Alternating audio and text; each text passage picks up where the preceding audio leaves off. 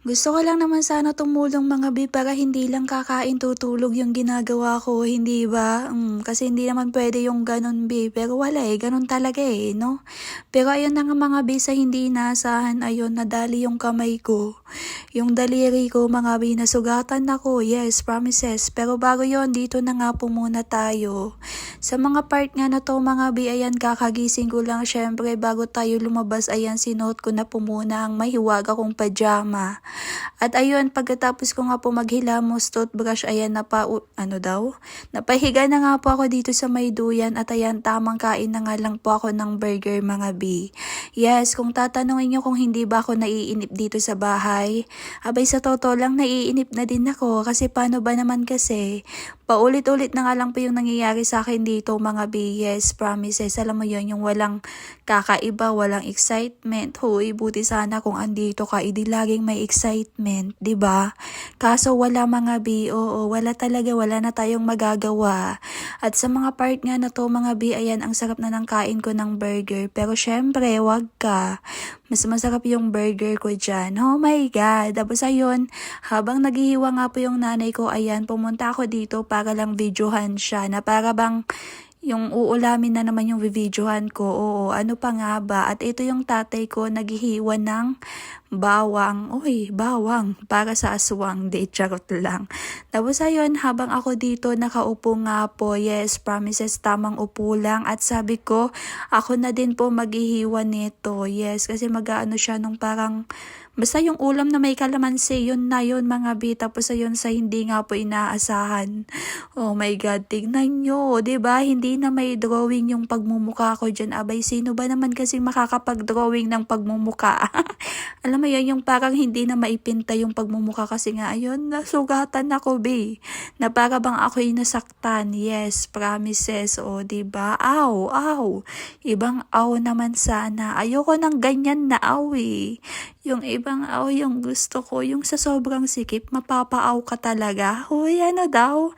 Tapos ayun na nga mga bi, yung tatay ko na po yung nagtuloy o mga ilan lang yung naano ko, 3 ata. Tapos ayun, nadali na yung daliri ko. Di ba? Na para bang pinano sa akin na okay, wag ka nang tumulong sapagkat mapapahamak ka lang. Hoy, ano ba?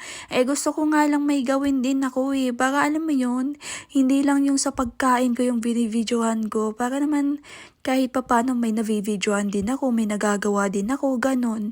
Tapos ayun, napabili nga po yung napabili pa nga po si Mother Jaan ng mais. Yes, pero mas masarap yung mais ko. Hoy, wag ka. Anong mais? Yung parang utong. Hoy, anong utong? Basta yun na yun, nips. Hoy, baka hindi mo pa alam yun Oh, wag ka. Pwede naman yung nips na yung pagkain, yung candy, 'di ba? Tapos ayan, maya-maya nga po, ayan, may naghatid po dito ng ayan, 'di ba? Binigay lang po yan dito sa bahay mga bi. Yes, promises. Ayan, thank you po sa nagbigay. Pero sa mga part nga na to, ayan, nagluluto po yung nanay ko. O, 'di ba? Ewan ko ba? Ano na yung lulutuin nga yun? Yung may kalamansi, tapos yung yung may gulay. Kasi hindi naman pwede na panay karni na lang mga bi, lalo na may high blood, 'di ba? Nakaka-high blood yan, lalo na mataba-taba. 'Di ba? Pero mas mataba pa rin yung yung kifay ko. Syempre, alam mo 'yon, aminin mo, 'di ba? O, magsabi ka ng totoo. Bawal yung nagsisinungaling. Oh, 'di ba? Mukhang mapapasarap nga na naman po yung pagkain ko nito mga bi. Yes, promises kasi gustong-gusto ko 'yan, no. Oo, yung may kalamansi. Yes, 'yan yung nilagyan ng kalamansi mga bi. Tapos ayan, syempre may gulay din. Sabi ko nga sa inyo, hindi naman pwede yung laging 'di ba? Kailangan din natin maggulay paminsan-minsan kasi masustansya nga po 'yan, 'di ba?